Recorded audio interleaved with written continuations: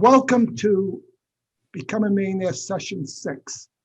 This is a lecture number 6 in a series of 12 that I plan to finish by December 2021. And for those people who attended all the sessions, you can be sure that you will know everything you need to know in order to become a millionaire. Oh, more people show up. Okay, I can see it now. That's good. If by Rudyard Kipling. If you can keep your head when all about you are losing theirs and blaming you. If you can trust yourself when all men doubt you, but make allowance for their doubting too. If you can wait and not be tired by waiting, or being lied about, don't deal in lies, or being hated, don't give way to hating, and yet don't look too good nor talk too wise. If you can dream and not make dreams your master, if you can think and not make thoughts your aim, if you can meet with triumph and disaster and treat those two impostors just the same, if you can bear to hear the truth you've spoken, twisted by knaves to make a trap for fools, or watch the things you gave your life to, broken, and stoop and build them up with worn out tools. If you can make one heap of all your winnings and risk it on one turn of pitch and toss, and lose and start again at your beginnings and never breathe a word about your loss.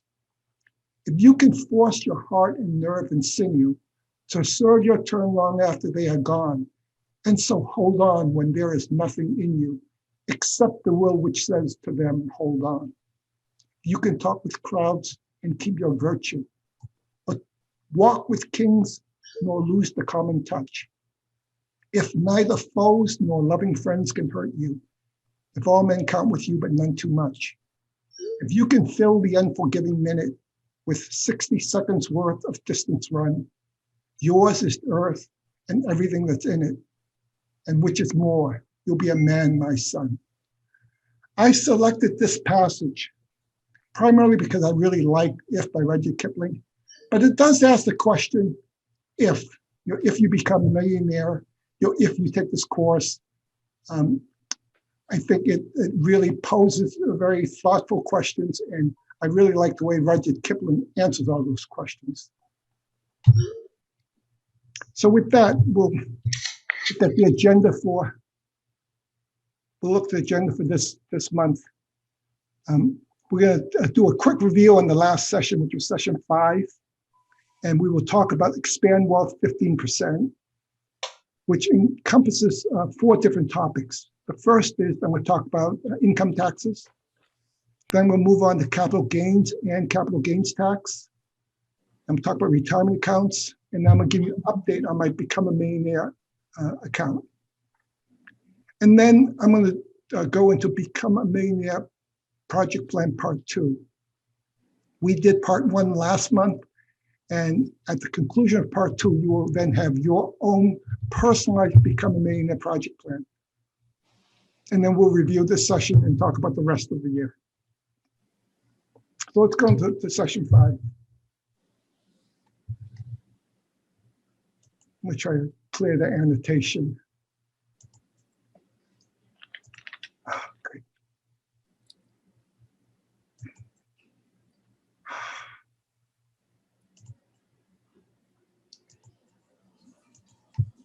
Okay, so last month we talked about Expand Wealth 5%, which was the baby steps to investing. And I explained how that strategy, if everything goes perfectly, will actually give you a 17% annual return. And then with a 12% cushion, I was comfortable saying that that particular strategy should give you your minimum of 5% return. Now I talked about some of the adjustments to that strategy that got us to Expand Wealth 10%. Which, if everything goes well, will actually give you 21%. And then with 11% cushion, I felt comfortable saying that strategy was good for at least getting 10% in the stock market. And then we talked about indexes beyond the S&P 500. We talked about NASDAQ, the Dow Jones, and a bunch of other indexes, just to give you a more well-rounded view of the market. Then we did the first half of Become a Millionaire project plan, and we had a Become a Millionaire spreadsheet. And then if you, hopefully you filled that as part of your homework, and we will complete that this month. So there was 5 specific homework items for the month of May. One was to create your new Become a Millionaire watch list, this list of stocks that you would follow regularly to see when they're good buying opportunities. And then I showed you how we screened for 10-year returns. So I asked you as part of your homework to do the screen for 5 years to see what those stocks look like. And then I asked you to complete steps 1, 2, and 3 of the Become a Millionaire spreadsheet. And then all the cells that you changed, I wanted you to change from yellow to green, just so that for this month, you can begin to provide some backup. And then you did step 4, which is to look at your Become a Millionaire spreadsheet and see when you would become a millionaire. So let's move on to Expand Wealth 15%. So I have 5 specific modules for Expand Wealth. So the first 2, we've talked about the 5 and 10%. Today, we're going to do number 3. And then the last 2 will focus on buying individual stocks. So we'll look at that. Just a disclaimer, I'm not a tax professional. I'm providing general advice for you. Please consult with a tax professional before taking any action, whether it's about taxes or it's about retirement accounts, because you really want to consult with a professional. Having said that, the topics that we're covering today are very detailed and very complicated.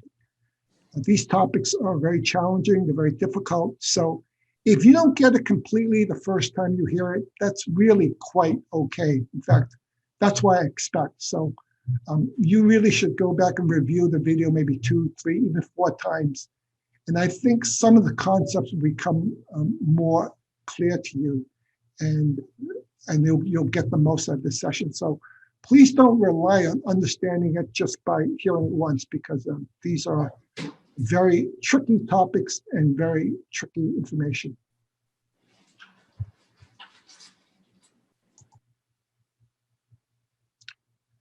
So let's move on to income taxes. So this is the 1040 that we all fill out every year in the United States. So when we talk about income taxes, there's actually different types of income taxes. There's obviously the federal income tax, which is managed by the Internal Revenue Service or the IRS. There's state income taxes in Massachusetts. It's run by the Massachusetts Department of Revenue. The acronym for that's DOR. And then there are local income taxes. So the example I found online was that San Francisco charges 1.5% in 2021 for both residents and non-residents who work in the city of San Francisco. So this session will focus mainly on federal income tax. So you just need to do some of your own homework and find out how state and local taxes affect you, because that obviously will affect what you do as well. But federal income taxes will be 70 to 80% of your income tax that you'll be paying. So that's what I'm going to focus on in this session. So just by way of background, in 2019, which was, I guess, a couple of years ago, 154 million people filed their individual income taxes. And that represents over 60% of the adults over age 18. So there's 255 million adults in the US and 154 million individual tax returns. 52% were filed by what I call practitioners like CPAs, or people who get paid to file your taxes for you online.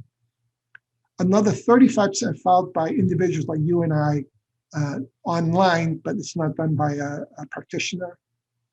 11% are filled out on paper, and a couple percent are filling out on the free form on the IRS website. So that just gives you a sense of how people file their taxes. In 2019, $3.5 trillion was collected by the Internal Revenue Service, of which $2 trillion, which is the green bar here, represents the individual 1040s that we all fill out. Your employer, the company you work for, actually does the blue part. So that's actually an additional $1.5 trillion that that they provide to taxes. So, and that just gives you a little background there. So here's the 2020 tax tables. So you can see there are 7 tax levels. It starts at 10%, goes to 12, 22, 24, 32, 35, and 37. There are 3 columns, one for each filing status. So the first column is if you're single. The second column is for people who are married and they're filing joint returns. And the third column is for head of households. So I wanted to share with you how taxes are calculated. So let's look at a person who, for instance, makes $50,000 a year. So if you make $50,000 a year, the way this tax table works is for the first $9,875, your tax rate is 10%. So the charge for that 10% for that first bracket is actually $988. Then from $9,875 to $40,125. That's a gap of about $30,000. That's taxed at 12%. And then from everything from $40,125 to $50,000, which is your income, so that's an additional $9,875. It's actually taxed at 22%. So that results in $2,173, and your total tax bill based on this particular example, $50,000 income, is $6,790. So as you can see that your average tax rate is about 13.6%, even though you have a certain percentage of your income at 10%, certain percentage at 12%, and a certain percentage at 22%, but the overall average percentage is about 13%. The other thing to know is that if you were able to reduce your taxable income, let's say by $1,000, you would actually save $220. So you actually save money at the highest marginal rate. So even though your average rate is 13%, for every dollar you save until you get down to the 40,000, which is the next bracket, you would save 22% of that. So that's why the marginal tax rate is very important. Most people with income are subject to both federal and state income taxes every year. And you fill out your federal taxes by filing the IRS 1040. I'm sure many of you know that. Now, the Form 1040 and all the schedules are extremely complicated, and there are many books, that are thousands of pages long that explain all those schedules. So that's way too complicated for what we're doing here.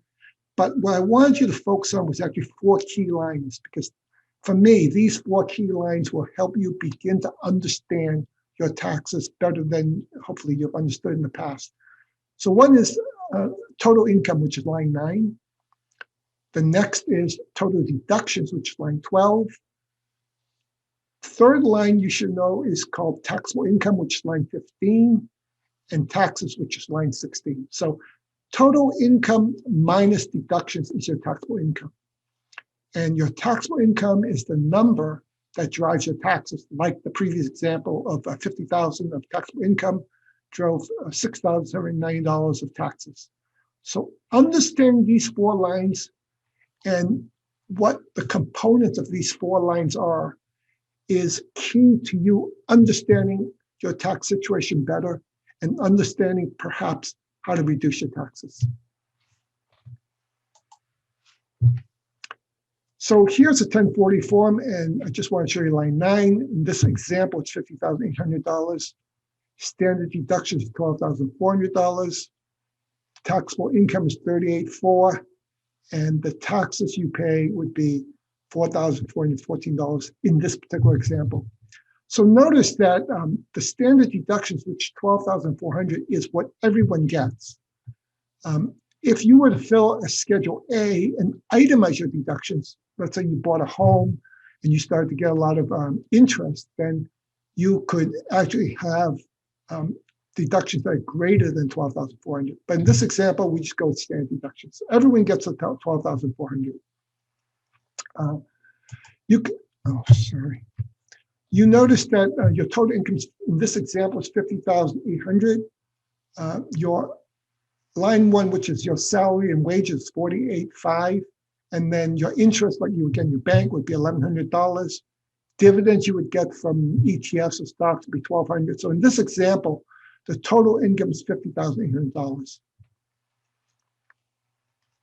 So that's really all I wanted to say on this particular slide. I wanted to show you a sample W-2 form because I think it begins to explain things in a more granular level. So in this example, this person actually makes $50,000, which is your Social Security wages.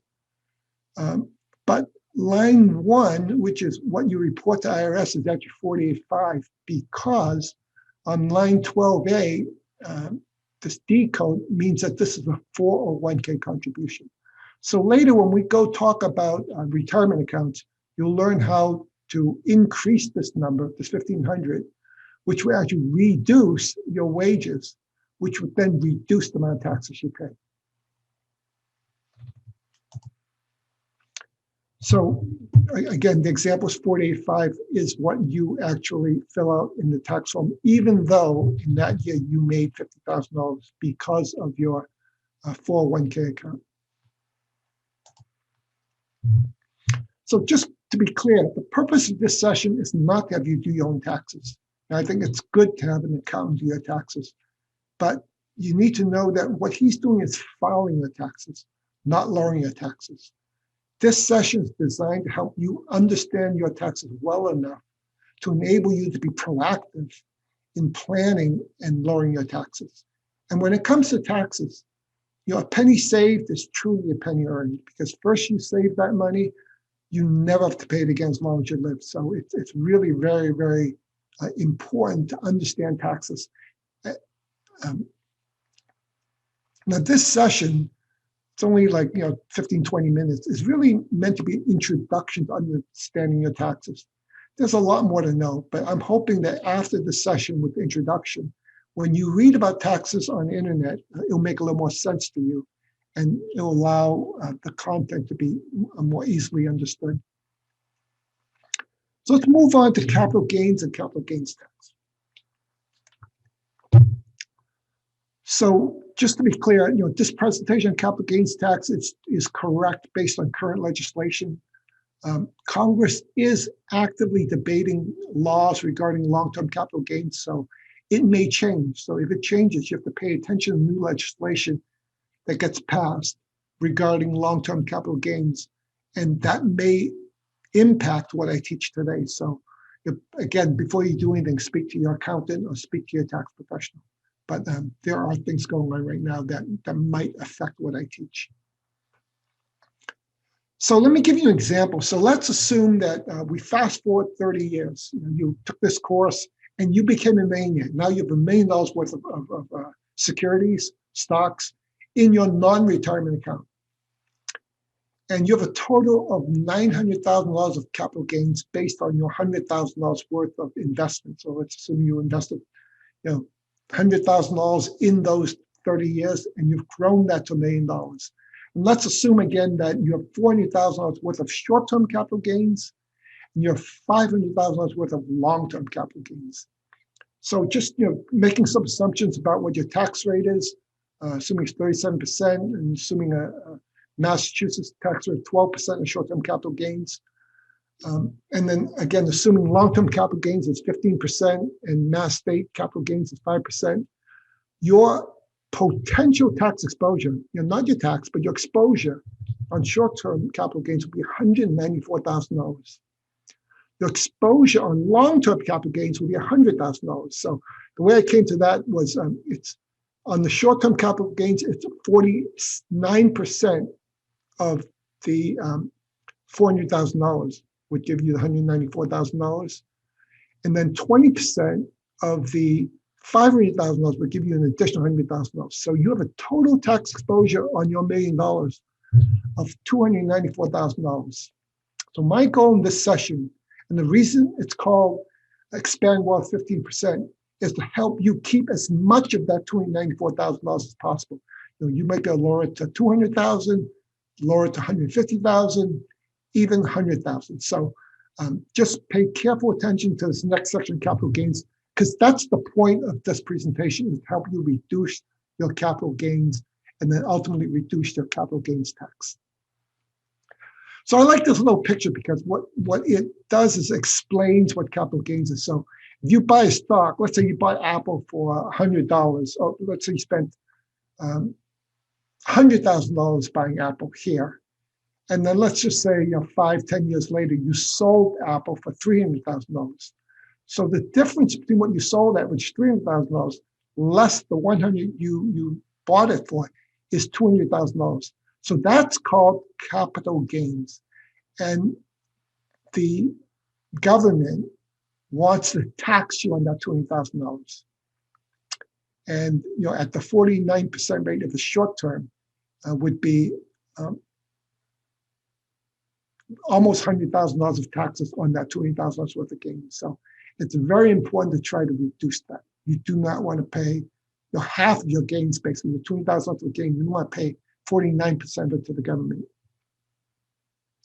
So I want to explain capital gains again in just a little more detail. So capital gains tax is a tax on the growth in value of investments when individuals sell those investments. So just like my previous example, when you sell Apple, they want to tax you on that. When assets are sold, the capital gains are referred to as realized capital gains. So before you sell it, it's unrealized, but after you sell, it's called realized capital gains. The tax does not apply to unsold investments. So if you're making money in Apple and you haven't sold it, then that's unrealized capital gains. So stock shares that appreciate, go up in value every year will not incur capital gains taxes until they are sold, no matter how long you happen to hold them.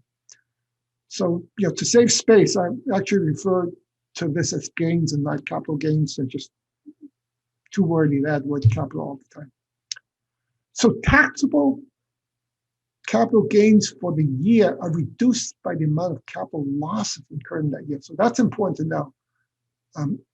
Back to that example of Apple, if you made $200,000 as a capital gain, and then let's say you sold another stock ABC, and you lost $50,000, then you only pay taxes on the difference, the 200 minus the 50. So then you only pay taxes on $150,000.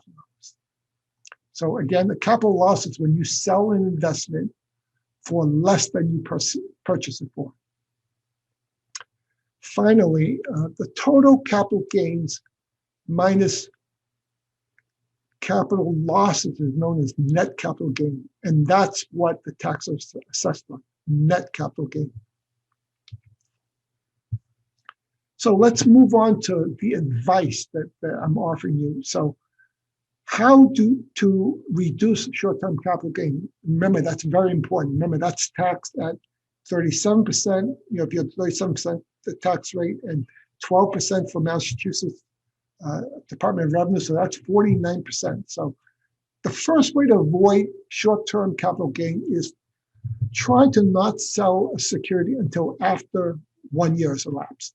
So make sure it's 366 days or 367 days from the day you purchase it. That's one way you can make sure you don't pay short-term capital gains. But sometimes there may be other reasons you want to do it in less than a year. So remember, short-term capital gain is offset by short-term capital loss. So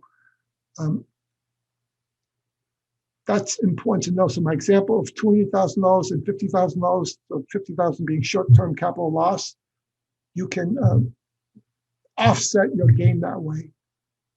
But equally important, if you have long-term capital loss, which means that your long-term capital losses are greater than your long-term capital gains, that can also be used to offset your short-term gain.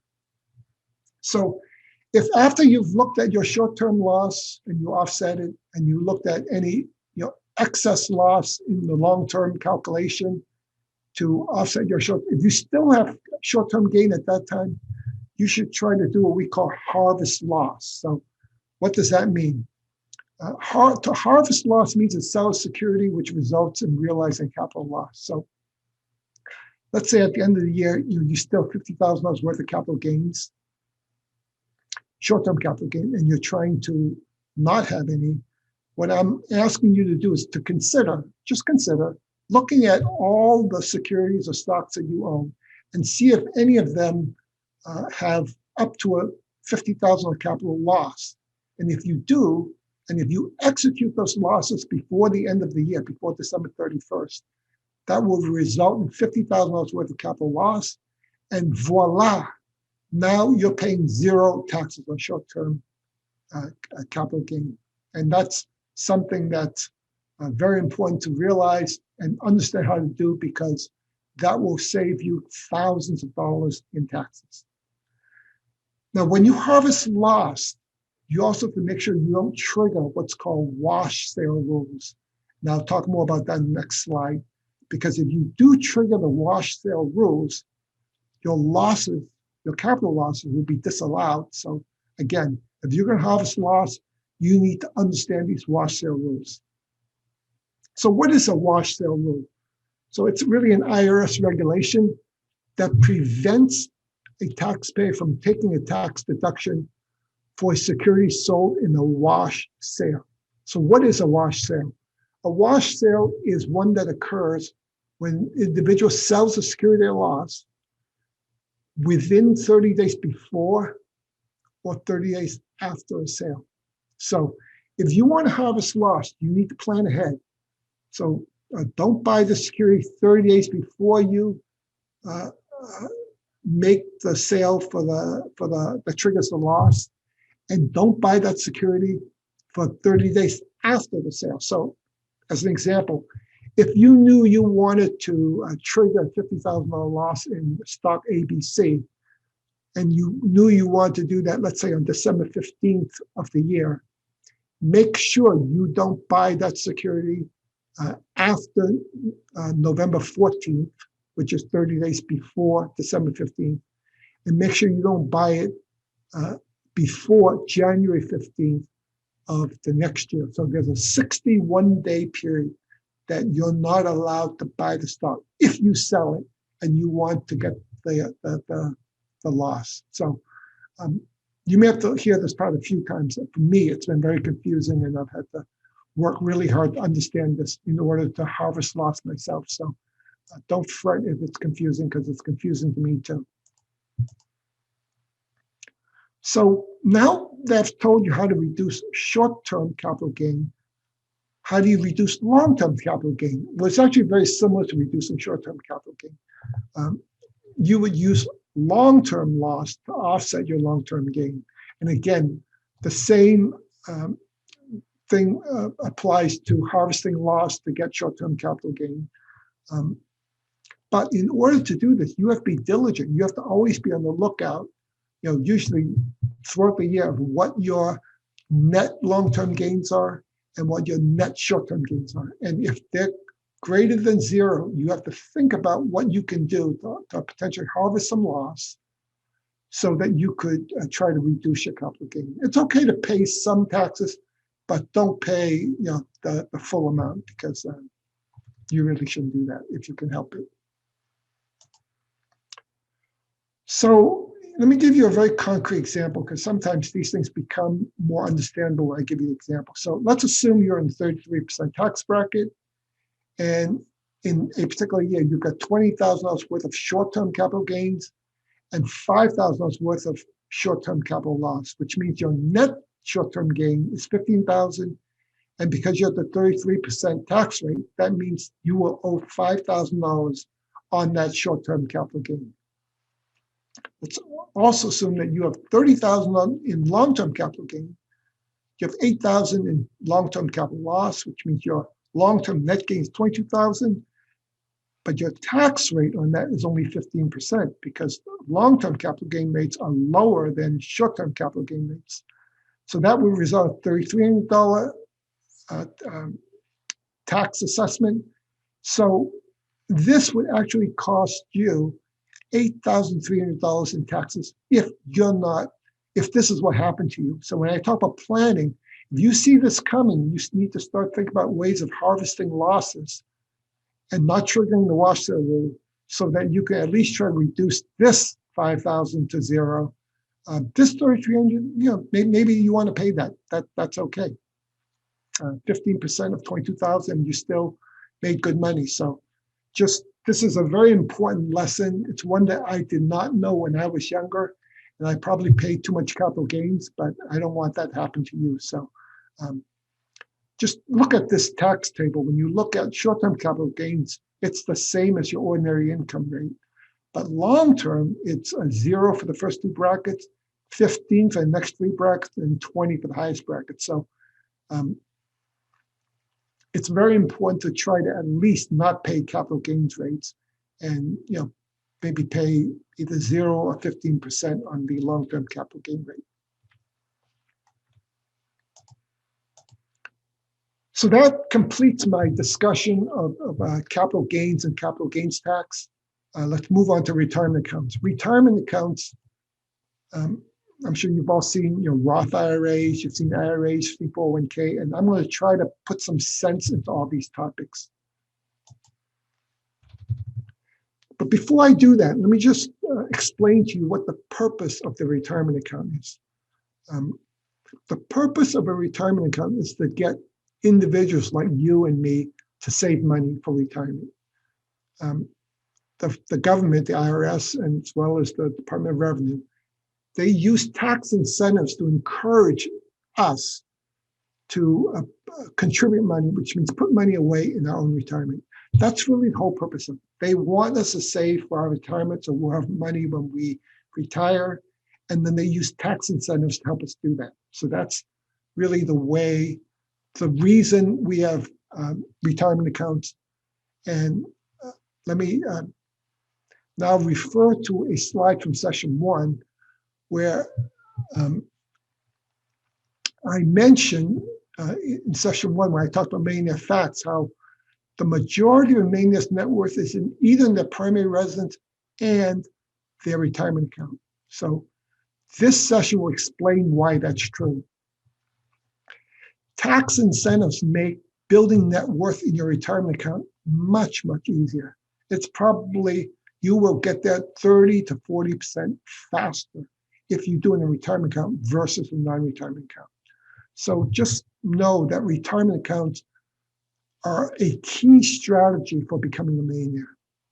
And in this session, I would teach you how to leverage your retirement accounts and really accelerate your journey to becoming a millionaire. So there are 2 types of retirement accounts, okay? There's retirement accounts that are attached to you. This what we call the traditional IRA or the Roth IRA. These are IRA accounts that are attached to you as a person. And then there are 401k plans, and these are plans that are created by your employer to help you save for retirement. And it's really a plan that's under the company, created by the company, and you hold an account in it.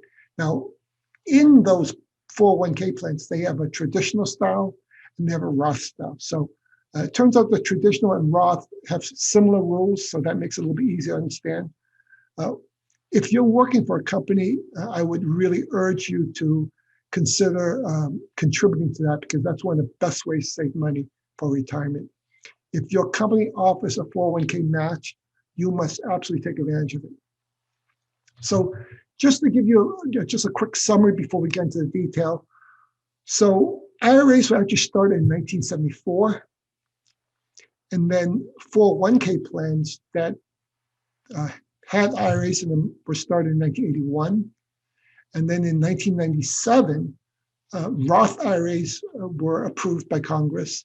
And then in 2006, 401k plans were allowed to hold Roth-style accounts.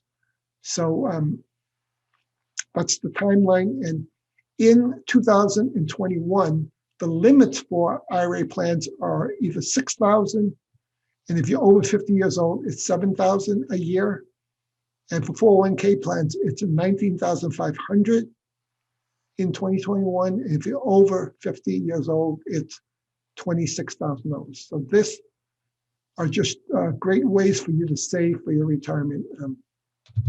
Yeah, so we'll get into more detail, but this just gives you an overview, and now we'll get into some more interesting detail.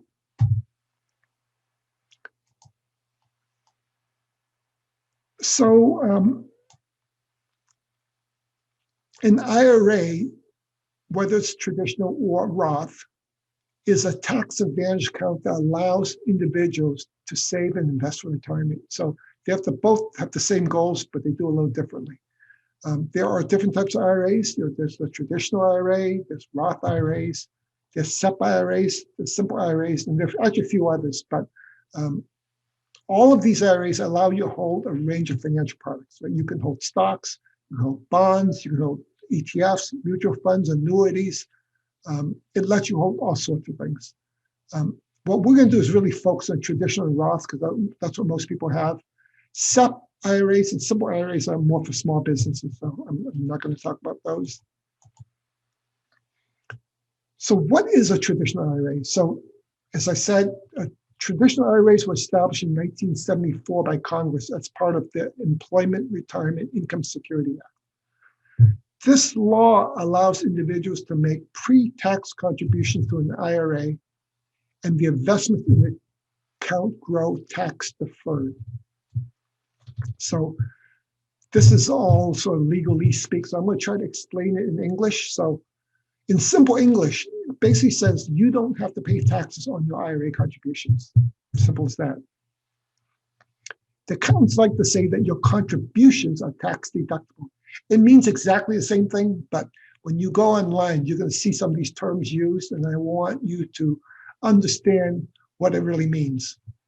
And the way it works is that, if you contribute money to your IRA, you actually reduce it in your taxable income, and that allows you to end up paying less taxes.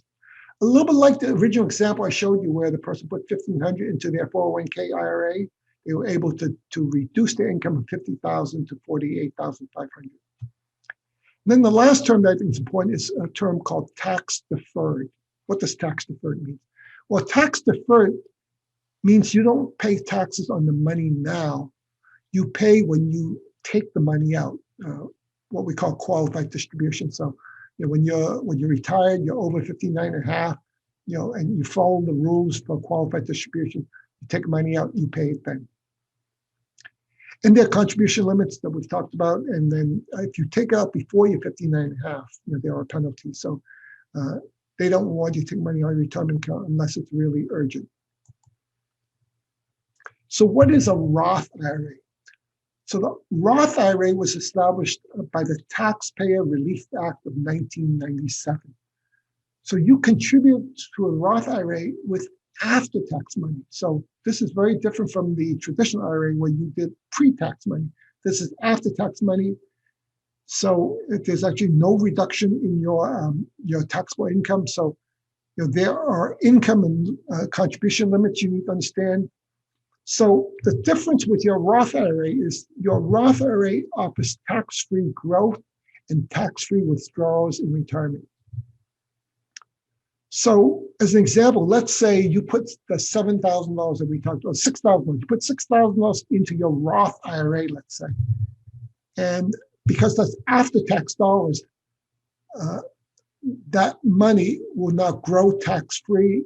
And let's say you invest that money wisely, and let's say in 30 years when you retire, that $6,000 is now worth $60,000. Well, guess what? That entire $60,000 is tax-free. And that's a really, really good deal. And that's why you need to understand Roth IRAs. So IRA limits and rules. So you can contribute to both a traditional IRA and a Roth IRA in the same year. So that's good to know. But the $6,000 limit, or $7,000 if you're over age 50, is the total that you can do to both accounts. So As an example, you could put 3,000 in your traditional IRA and 3,000 in your Roth, or you can put 4,000 in your Roth. Let me see. You can put let me see, there's a chart here. Let me see what the chart is. You can put 4,000 in your Roth and 2,000 in your traditional. So, you can split it any way you want. You can put 6,000 in your Roth and 0 in your traditional. And every year you get to make that decision. So you need to make it based on understanding how these accounts work. So for traditional IRAs, there's actually no income limit. So you can put the 6,000 or 7,000 in regardless of your income. However, the extent to which your contribution tax deductible depends on your income and whether or not you and your spouse have an employer plan at work, a 401k plan at work. So if you have those, then it might affect the tax deductibility. So again, you've got to go do your research and understand that completely. There are income limits to Roth contributions. So if you make more than, I think, about $208,000, then you're not allowed to contribute to your Roth. So again, you need to find out details online and follow the rules. They're very tricky, and these limits change every year. So it behooves you to understand the general concept, which I'm sharing, and then every year you need to see what the IRS says. So what is a 401k plan? So in 1981, IRS offered formal rules for companies to create 401k plans. And companies like to do this because they allow their employees to save for retirement, and it creates loyal employees. So within the 401k plan, there is both a traditional IRA portion, and then there's also a Roth portion. But here I'm talking about the traditional IRA portion. So just make sure you speak to your HR department, your human resource department, to find out everything you can about the 401k plan. The most important is find out if there's a matching contribution program, because if there is, you want to take advantage of it. And then you want to know what types of securities you're allowed to invest in. Usually companies limit that to 20, 25 different securities. So it's not like your IRA individual plan where you can invest in tens of thousands of securities. And just remember, when you leave a company, while you can leave your money in the company's 401k plan, I don't recommend you do that. I recommend that you roll that money over. There's special forms you fill out. You roll that money over into your individual IRA, and then you can then invest it any way you want. So don't leave it in the 401k plan when you leave the company. So as I mentioned, the limit is a $19,500 salary to a special account set by your employer. If you're over 50, you can put another $6,500 in. If you do traditional 401k, then these are pre-tax dollars. If you do a Roth IRA within the 401k plan, then it's after-tax money. So when you retire, you can take out this for the traditional IRA, you can take out the money and there'll be taxed as ordinary income. So in 2006, 401k plans were allowed to add Roth-like accounts to it. And again, with the Roth-like accounts, you make contributions to after-tax dollars, so there's no immediate tax benefit. But when you take the money out, it's 100% tax-free. So that's a very good feature. So here's the bottom line. How do you use IRA accounts to build your wealth? So you use retirement accounts primarily to reduce your taxable income. If you're talking about traditional IRA or traditional 401k, that really reduces your taxable income.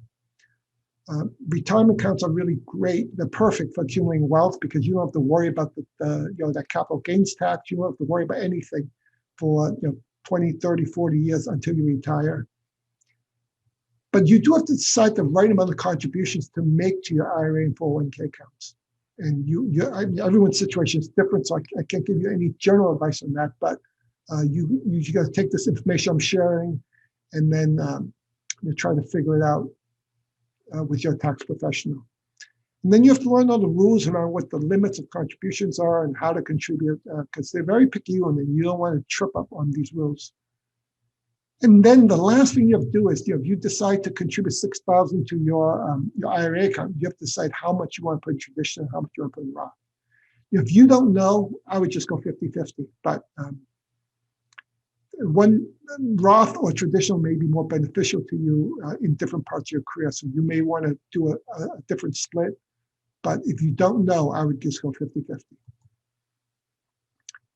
So here's the bottom line. So if you don't contribute to a traditional IRA or a 401k plan, then you're basically leaving money on the table. So I'm just going to give you an example. So assuming you can achieve 10% returns, and assuming your average tax rate is 33%, and you can contribute $10,000 a year, but instead you contribute zero. If you look over 30-year horizon, it would be 30 years times the $10,000 a year would be $300,000 in your retirement account. You would have gained $100,000 worth of tax benefits, which means your net contributions will only be costing you $20,000. If you invested that money and got a 10% return, which is very modest, your retirement account would be worth $1.65 million. That will be subject to taxes when you take it out. Okay.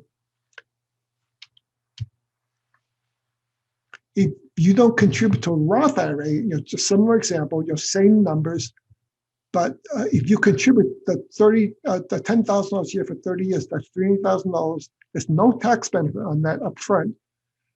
But when your account grows to $1.65 million, you can take all of that $1.65 million out whenever you want after you retire, qualified distribution, tax-free. So that's tremendous. I mean, that's a tremendous savings. So these laws are really intended to give everyone potentially almost $1.45 million to everyone but you. If you don't contribute, you're getting zero. Everyone who contributes will get $1.45 million above what they contribute, the net $20,000. So think about that. Very important to contribute. Give you a quick Become a Millionaire update. So this account I started on February 2nd, which was the session where I taught baby steps investing. So you can see I have 9 positions, and I have 6 that are making money, 3 that are losing money, and even these 2 are not losing much money. For instance, this one I invest $100, I'm down 27 cents. Yeah, I'm down 51 cents. This one I lost $5, so it's not so good. But then your SOX is up $24. I'm sorry, yeah, XST is up 7, PSI is up 16, IHI is up $3, XBI is up $4 with biotech, and PSJ is up $1.85. So overall, this account is up $51 as of May 28th. If I look at this summary, I mean, I've shown this every month, but basically, in 1 month, I was down about 3%, and I was up 11%, up 17%. And then, these are just really the last 3 days I've been tracking very closely. Oh, this is wrong. I'm sorry. This is, it's just wrong. Just ignore that column. So we're up about 6% now. I'm down 24% compared to S&P. I'm up 3.8% over the NASDAQ. So I'm quite happy with this performance. It's obviously too early making long-term conclusions, but at least my principal is safe. I've invested $1,700 at this point. I have $1,752 at this point, and I'm fine with that. So let's move on to the Become a Millionaire Part 2 plan. Remember, we did the spreadsheet last month, and this is the template for your project plan that goes along with that spreadsheet. So I call this the instruction manual. So first thing to remember is, what is the overall purpose of this Become a Millionaire project plan? It's a roadmap to get you to $1 million net worth. That's basically what it is. Remember in session 1, we talked about the cross-country triptych to drive from Boston to San Francisco. It's like that. And your project plan is only good if by following it, you believe you can become a millionaire. So after you finish the plan, you should look at it. And if you don't think that that plan will allow you to get you to become a millionaire, then you really should adjust your plan. So after you create your plan, I want you to rate it. I want you to be very objective and ask yourself the question, if I follow the plan, what is the probability I will become a millionaire? If I think it's 50-50, that's a 50% plan. If it's 75%, then it's 75% plan. So after you write the plan, you have to evaluate it carefully. And if it doesn't exceed 75%, you have to go back and rework the plan because that plan is not good enough, okay? So that's a very important thing for you to do.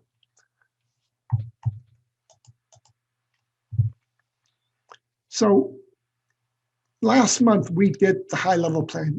That's what the Become a Millionaire spreadsheet was all about, and that was your homework for this month.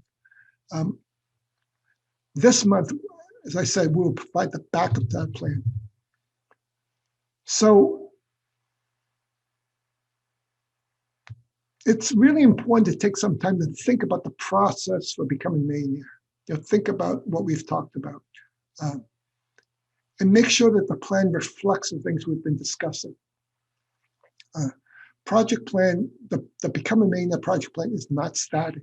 It's constantly changing because your life is changing, your things are changing, your knowledge is changing, your account levels are changing, your return on investment is changing. So it's always changing, and you should update your plan formally at least once a year. And I recommend you do it in January of every year because that's the beginning of every year, and it's a good time to make your New Year's resolutions, and you should try to do that. So use this template that I'm providing for you. It's going to be in the Become a Millionaire folder for session 6. Use in conjunction with the Become a Millionaire spreadsheet that was in Become a Millionaire folder number 5. This template is really just a starting point. You make the changes you think will make the template work better for you. Always use bullets. Don't waste a lot of time writing prose. Just short bullets is fine. And this plan is designed to change. So I don't want you to spend any more than 2 to 4 hours on it. So do not overthink it. Do not overplan it. Just try to do it quickly. So here's the table of contents of your Become a Millionaire project plan. So first thing you want to have is a really, really nice, succinct executive summary that you can look at regularly and be motivated by. Then I want you to look at your Become a Millionaire session homework, which is sessions 1 through 5, because that's going to become, you're going to memorialize that as part of your business plan because it's an important part of your thinking process. And then I want you to incorporate parts of your Become a Millionaire spreadsheet, steps 1 through step 4. And then I want you to put together plans for improving your attitude, your aptitude, and your ability. And then I want you to drill down on your various Become a Millionaire strategies, like augment income outside career, augment income inside career, cut expense, expand wealth, home purchase. And you may have additional strategies. That's okay. Incorporate that as well. So I'm just going to give you an example of what it looks like, and it's a way to get you started. So for me, at least this was the example I used last month. Right? So I was 30 years old, and I will become a millionaire in the year 2045, which is, I don't know when that is. That's like 24 years from now, by age 60. And here are the different BAM levels that I expect to get. So in 2021, I expect to get the BAM level 2, which is age 36. Then at age 38, I'm going to get to level 3. Age 41, I get to level 4, et cetera, et cetera. And then when I get to age 62, I will get to level 9, which was $1.2 million. Okay. And then executive level summary is that I plan to buy a home in the year 2025. So I'm going to have to drill down on that later. I'm going to try to cut and save expense 7% by 2023. I'm going to augment my income by 6% in 2024. And I want to get to 10% expand wealth by 2022. And I've rated this project plan 75%. So that's really all you want in your executive summary. It kind of gives you a quick thumbnail of how you will become a millionaire. So this is Become a Millionaire Session 1. Those were the answers, what your net worth was in Session 1, what your BAM composite score was, and when did you open your BAM account. And then Session 2, you had to get a BAM buddy. You had to forecast the year that you become a millionaire. You had to talk about cutting expenses 5%, how much your income you could save. And then you did the quarterly projections on your BAM composite score. And then you had net worth growth by year that you would incorporate. And then these were the questions I asked in Session 2 that were continued. It's just more information about your ETF worksheet. When did you fill it out? The first time, second time? When did you complete investing your initial $1,000? And what was the returns for each month? Then Session 3, we talked about the 3 A's, your attitude, your aptitude, and your ability scores. Fill that out. Talk about how much you plan to augment your income outside your career. Talk about augment income within your career, and when you did the CDC and API for being competent for your job. And then we talked about Session 4 about buying a home, Module 1, learning about the benefits, you're playing around with the spreadsheet, and then you're doing step 1, 2, and 3 of CEO of your career. And then we talked about the Become a Millionaire spreadsheet. That was last month. When did you fill it out? We talked about expand wealth 10%. When did you put your additional $2,000 in? And when will that be fully invested? And then we go into the Become a Millionaire spreadsheet, and we pulled out the basic information of step 1. We pulled out the current net worth information in step 2. We pulled out the Become a Millionaire strategies in step 3. And then we made certain cells. There's someone waiting. And then there are certain cells you had to turn green. These were when you would improve from the current percent to the additional percent. And then you have to look at your Become a Millionaire spreadsheet, which was step 4. You incorporate that here. And then for each of the green cells, you want to provide a little additional detail.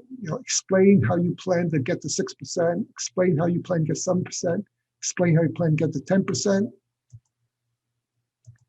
3 A's, you need the attitude adjustment plan, aptitude adjustment plan, and ability adjustment plan. So you want to do that. And then you want to go through the 6 BAM strategies, right? So augment income outside your career, get a part-time job, turn your hobby into a business, advertise your services on Fiverr or Upwork. Augment income inside your career, what was your last raise? What do you plan to do to become CEO of your job? What do you plan to do to become CEO of your career? Then cut expense. What are you doing to try to get to 7% of your salary in terms of saving? Can you raise that to 15 or 20%? It's actually not that hard. If you were able to do that, you would get there a lot faster. Then expand wealth. You may be at 10%. You comfortable getting to 15%? Really not that hard. It just takes work. If you have a plan to get to 25% consistently, that would make you a genius. So. And then in terms of purchasing a home, I get together $60,000 down payment. And I should be ready to buy a home by 2025. That gives me 4 years to come up with $60,000. Very doable.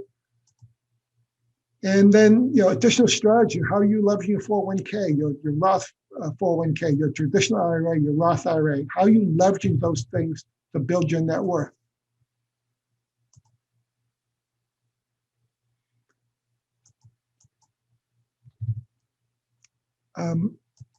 So that's the end of the Become a Millionaire project plan. That's a template. It's going to be in the folder. And you basically fill in the blanks and you do what's good for you. And then you'll have a project plan that you can update every year. So what's the homework for session 6? So the first thing you need to do is you should look over your tax returns for the last 3 years. So look at 2020, 2019, 2018, and look at those 4 lines, line 9, line 12, line 15, line 16. And then ask yourself these 4 questions. Could you have reduced your total income through the use of retirement accounts? Could you have raised your deductions? Could you have lowered your taxable income? And ultimately, could you have lowered your taxes? So it's good to look back to see what you did and see if there's anything you could have done differently to improve your situation. And then I want, homework number 2 is I want you to complete your Become a Millionaire project plan. That will be a plan that you can refer to, review, look at, and really be a roadmap for you towards becoming a millionaire. Homework 3 is, given that we've completed 6 sessions and now you basically have a very good understanding of what you have to do to become a millionaire, between now and December, all I'm going to do is help you do it even faster, right? So up to now, we're up to about 10 or 15% for the 3 strategies.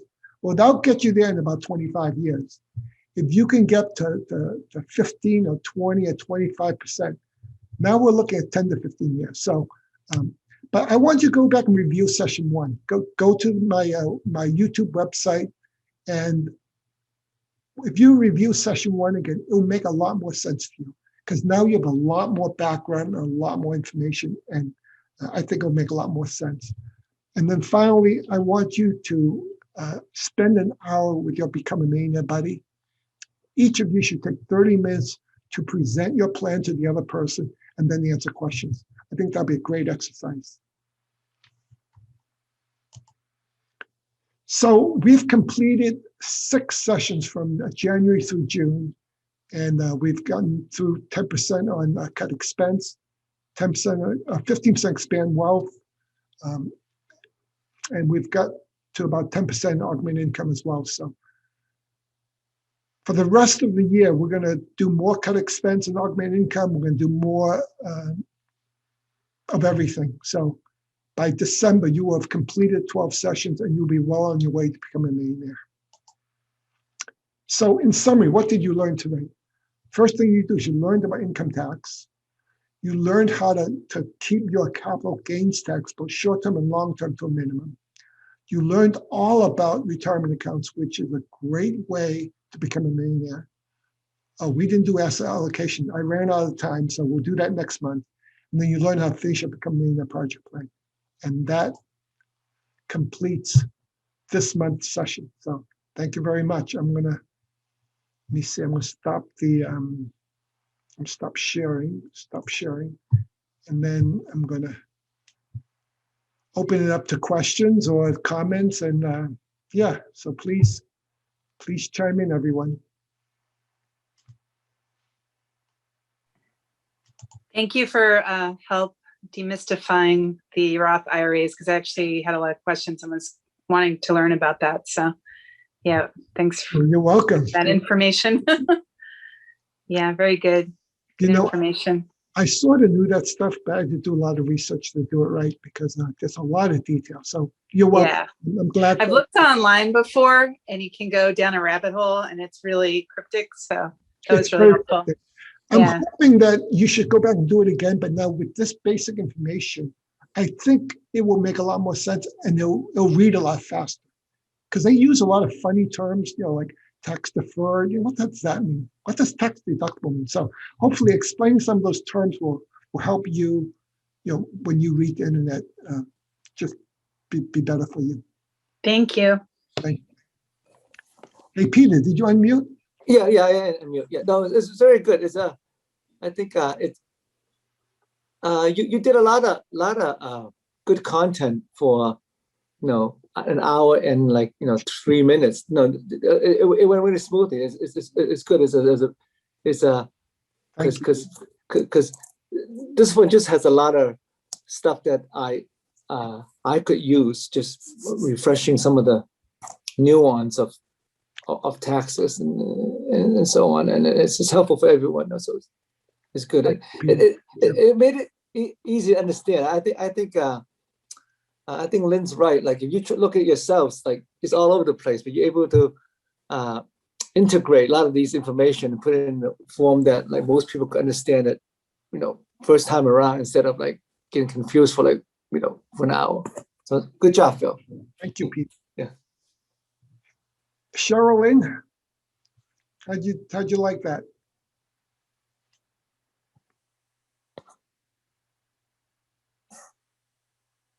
Can you hear me? Can you hear me okay? Yes, I can hear you perfectly. Oh, this was great. I think that although some of the concepts were focused on, the US, like the 401k and IRA, I was still able to connect it back to the Canadian version of it. So, and the concepts for me are still relevant. So I thought it was super, super important and helpful. So thank you very much. You're welcome. And I'm sure that Canada has similar things like capital gains tax. I'm sure they have retirement accounts. Absolutely. But the numbers are different though, right? The tax rates are different. So anyways, yeah, well, thank you. Thank you for listening. Lisa Ann, can you talk? Hey, Phil. Hey, how'd you like that, Yes, Lisa Ann? I did. I enjoyed it. It was a lot of information, but good information as far as Lynn said, the Roth IRA and the regular IRA and the difference. And I have a pretty good tax guy too, that I've had for the last 5 years. So I talked to him a little bit, and he said if I had any specific questions, he'd be happy to help me. Good. Yeah. He calls me kiddo, so. Say that again. He what? He calls me kiddo. Oh, kiddo. Okay. 55 years old and I'm still a kiddo, so I'll take it. But yeah, no, a lot of information, definitely. But I have been going back and reviewing the recordings. Oh, have you? Oh, good. Is it better the second time around? Well, it's easier to absorb the second time around. And because when it's live, it's kind of okay, that's great. But then you go back and you hear more, and you look at your notes, and so definitely referencing back. So it's great having the recordings for sure. Yeah, no, I'm glad to have that too. I'm actually up to like 320 views. So I'm not sure what that means, but it sounds like a lot of views. Hey, Nee, this is your first session. How'd you like it? Yes, I really like it. It's very good. I've learned a lot, and I really appreciate that. Just that it's very late here. The timing is not that good for me, but it's okay. I have to just be part of it and also listen. Just that the tax, in Ghana, we don't go through that tax this year. But I think I have learned so many things. Yeah?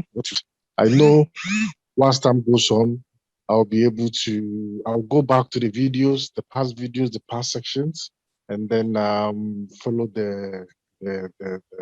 those messages, and then see what I'll do the next. But for so far, I've learned a lot. I'm very happy. Thank you. Thank you. Yeah, so if you have any questions, feel free to message me or just post a question on the Meetup website. Stephanie? It was very good. Is it good? Is it good? Did you do anything? Yes, definitely. I think the piece about how much